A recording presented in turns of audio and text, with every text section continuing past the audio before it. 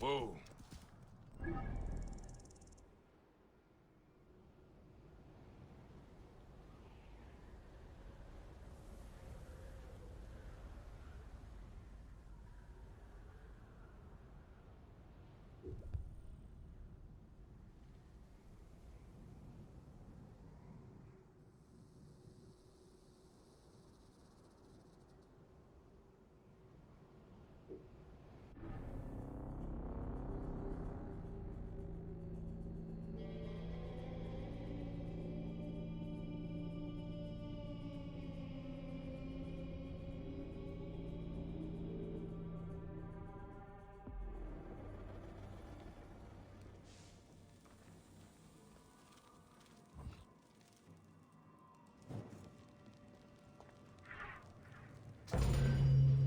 Welcome to Jean-Pierre Houdin's theories.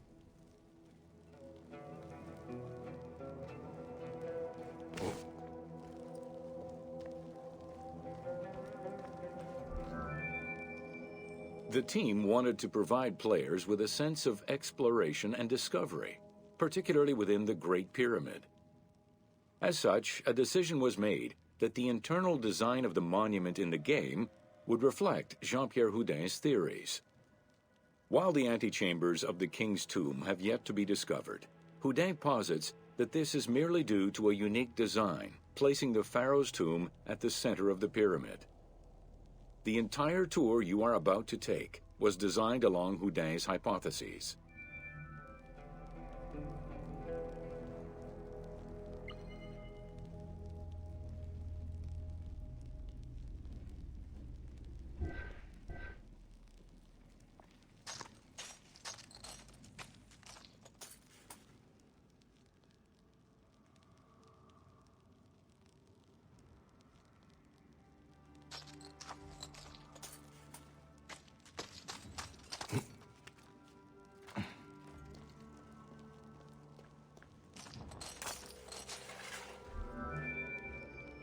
While respecting Houdin's hypothesis as to the general layout of the antechambers, the team wanted the contents to enhance the game experience.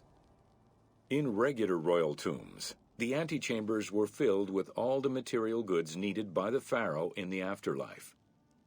To support the feelings of discovery and awe, the art team created a unique and fantastical treasure in this second antechamber.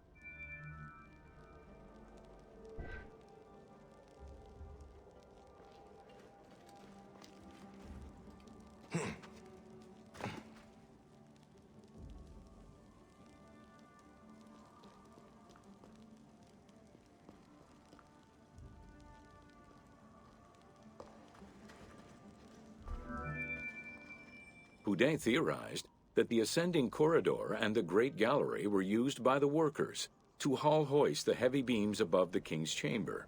He called it the service circuit. The corridor you are in now was created by the team following Houdin's theory and is referred to as the noble circuit.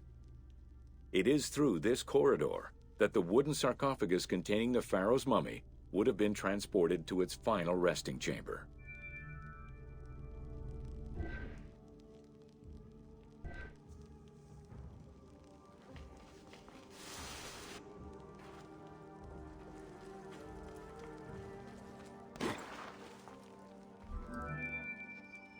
With this structure in mind, one can easily assume that the pyramid's entrance would have been connected to the two antechambers.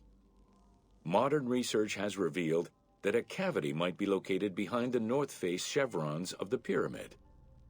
As such, the team chose to create this area for the player to explore. Here is where Houdin believes that the priests and nobles would have exited the pyramid after the burial ceremony.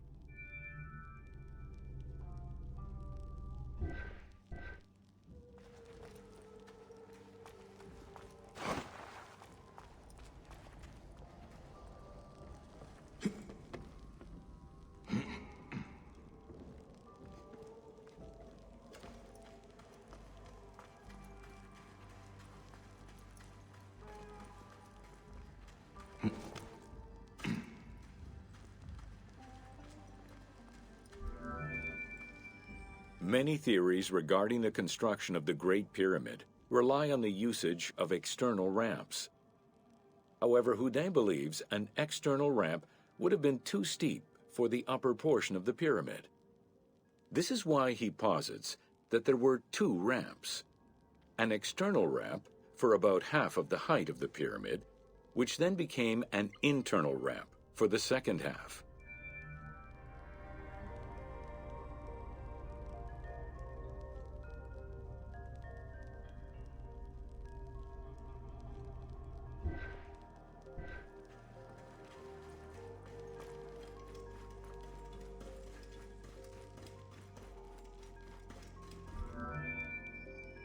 Houdin's theory states that this internal ramp followed the sides of the pyramid in an ascending spiral pattern.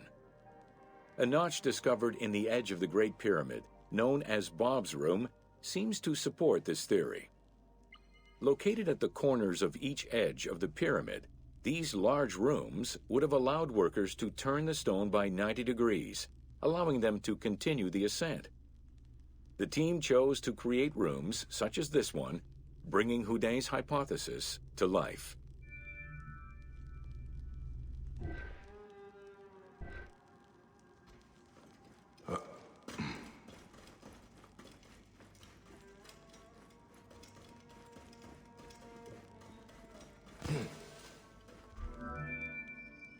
This long corridor was the first section of the ascending internal ramp.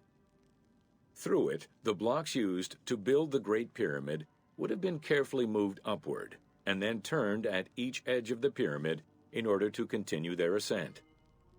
Though the team only created the main ramp for the game, Houdin posits that this ramp had two levels, allowing workers to return safely to the bottom thanks to an additional corbelled upper section.